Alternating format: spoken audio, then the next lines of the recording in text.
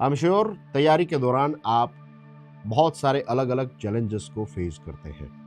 हम सब करते हैं। हमारा प्रॉब्लम यह है कि जब हमारे पास कोई चैलेंज आकर बैठ जाता है तो उस चैलेंज के सॉल्यूशन के लिए हम किसी और के सॉल्यूशंस पर रिलाई होते हैं और यहाँ पर हम एक सबसे बड़ी गलती कर देते हैं। जो एक हमारी यूनिकनेस है, जो एक कस्टमाइज्ड तैयारी होनी चाहिए, उसको छोड़कर हम एक स्टैंडर्डाइजेशन के पाथ पर चले जाते हैं। इसका एक बहुत ही बेस्ट एग्जांपल मैं देना चाहूँगा। विक फिर्थ, आई एम श्योर आपने कभी इनका नाम नहीं सुना होगा। एक बहुत बड़े ड्रम प्लेयर थे।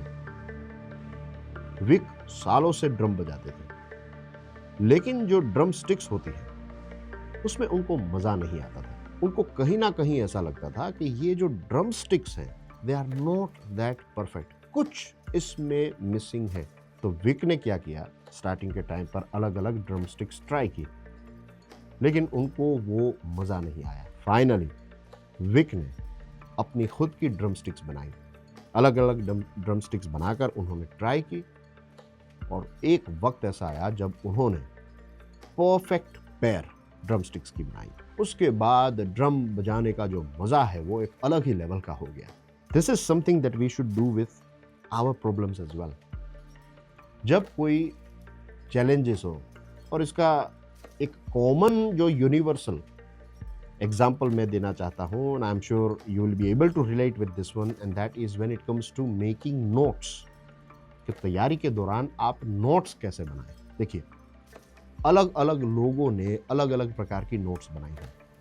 एक विषय को लेकर मैं शायद एक पूरा पेज लिखूं, उसी विषय को लेकर मेरा दोस्त राहुल जो है वो आधा पेज ही लिखेगा, और उसी विषय को फिर से रिवाइज करने के लिए आपके लिए सिर्फ 3 पॉइंट्स ही काफी है।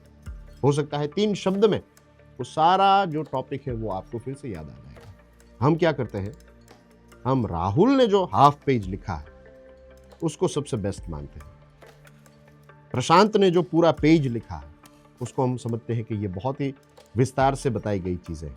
आपके लिए वो इंपॉर्टेंट नहीं। आपकी ड्रमस्टिक्स जो हैं वो आप खुद बनाइए। जब हम हमारे प्रॉब्लम को सॉल्व करने के लिए हमारा खुद का भेजा लगाते हैं तो होता क्या है, इस प्रोसेस में जो हमारी प्रिपरेशन है, उसके प्रति जो एक भावना है, उसके प्रति जो हमारा प्यार है ना, वो और ज्यादा मजबूत हो जाता है और सॉल्यूशंस आपको मिल ही जाएंगे। So the bottom line is scratch your own etch. मतलब यह है कि जो प्रॉब्लम आप फेस कर रहे हो उनके सॉल्यूशंस आप खुद ढूंढिए, आपकी यूनिकनेस के हिसाब से उसको ढूंढिए, and it will always work. सोचिएगा इसके बारे में। जय हिंद।